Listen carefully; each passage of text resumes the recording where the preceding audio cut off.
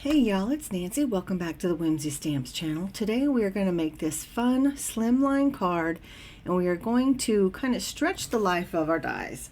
So you can see that I'm starting out with the mini slim rounded die set, as well as the mini slim rounded stitched die set, the OMG die set, and the Hey. I love this cow. Actually, he's called Hee Haw, not Hey. I love him. He's one of my favorites, as well as the Fadoodles flowers. And I'm also going to be bringing in the Mix and Match 2 pattern papers pack. So just getting started. Obviously, I have stamped everything up with some alcohol ink friendly ink. I believe this is Nina 110 pound cardstock, and so I'm just using my my Arteza Ultra Everblend Ultras. I get that wrong every time. I do apologize. Anyway, they are alcohol ink markers. They're not Copics, obviously, but they're similar. And I'm just coloring in the same way that I always do, in the same way that I've seen so many other people do. Light to dark, dark to light, and back. Lots of blending. Blending is the key. Lots of layers, lots of layers. And actually on this sweet cow, I have used a 4-color blend.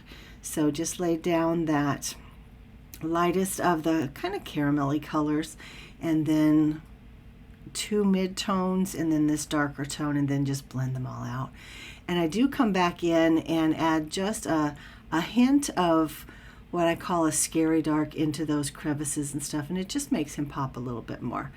So here's one way that you can stretch your dies. It's partial die cutting. It's probably not new to many of you, but for me, I thought this was kind of a different take on it, because I just wanted, like, where his neck is to be cut out with the die, so that it fits the same overall shape as the rest of my card and the rest of the background die cuts that I use, and we'll get to that in a bit. But I wanted to fussy cut him out, fussy cut those details. Now this stamp actually is a stamp and die combo. I just happen to not have the die, but he's easy enough to fussy cut out. I think I have fussy cut him every time I've used him. But again, this was just kind of a different take. I thought it was kind of fun, something different, something new. So here's where I pull in that Mix and Match 2 pattern paper pack, and I die cut 1 full panel. There's my sweet boy. Every time I talk, he's got to come join the conversation. So I die cut 1 full panel, and of course that's not quite long enough for a slim line.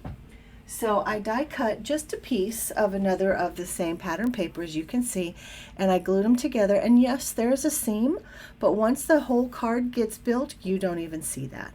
So now here I have this teal and white stripe, and I want to make a frame that will go around a yellow and white polka dot panel that I bring in. I will mount the frame on top of the yellow and white panel, and then I will mount that on top of a solid white panel that you can see on the screen.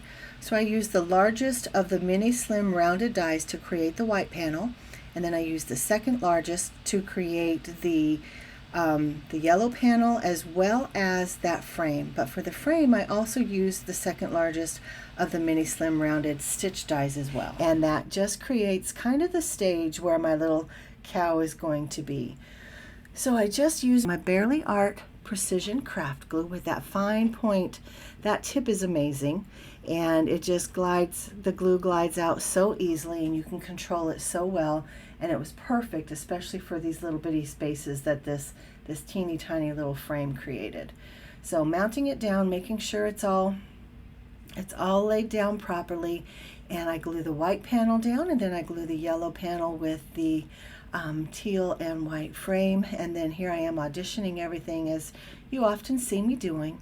And of course, here I have the Fadoodles flowers, and I have stamped, colored, and fussy cut them all out. Now here I have the OMG die. So I've cut the background, or the shadow, in that orange and white stripe, which I think is adorable. And I also have the letters OMG just in white. I just needed a pop of white just to kind of tone down all the patterns that I have going on. And so I'm trying to figure out how I'm going to get the OM, and then I wanted to say gosh, or garsh, because I think he would say garsh or something like that. You guys figure out what his accent would be. Anyway, I wanted him to say OM garsh, but I did not, or I could not quite figure out how to have the G and the arsh. So ultimately what I do, you've already seen that I kind of snipped off the background where the exclamation point would be. So I get the O and the M on there, and then I put the G, and I realize, nope, G's just not going to work. So I trim it down even more. I pull the G back off, which you'll see happen here in just a minute. I'm figuring things out, and I'm thinking, is this going to work? Is it not going to work? What am I going to do? So I love to allow my creativity to rule when it's time for problem solving, right? I think sometimes we think the creative process is only just the creative part, the fun part, the pretty part, the cute part. But the creative part is very much in problem solving as well. So I just like to do that. I don't sweat the small stuff, and I figure out how can I make this work. Not only to stretch my dies and make my stash more productive for me and kind of earn its keep, if you will, but how can I make it work in terms of continuing to stretch my creative muscles? Let's say that. Maybe flex my creative muscles. I don't know. Anyway, I just encourage you, don't think of the problem solving part as it not being part of the creative process. That's all I'm trying to say. So I have the garsh, as you saw. I have the OM at the top where I cut off the exclamation point, I cut off the G, and I have the OM.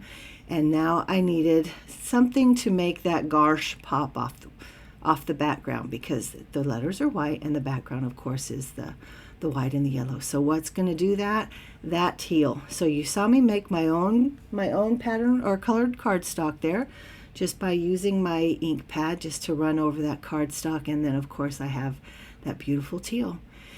I mount the letters up, I add the exclamation point, and I love that the exclamation point overlaps the boundaries of the garsh paper. And then of course I just use a little bit of glue as well as some foam tape at the top of the cow panel, and then I put him down in the center. And now here I come in with all of those sweet Fadoodles flowers. These two are quickly becoming some of my most used stamps in all of my stash. So lots and lots of flowers. I think it's adorable. And of course here I come in with my crystal drops just to add a little bit of dimension, a little bit of shine. I put it on his eyes, I think, as well as some of the centers of the flowers. And you can see that I went around the outline with a black fine liner. I think that just made it all pop. And of course I used a solid line around the OM to make that pop as well.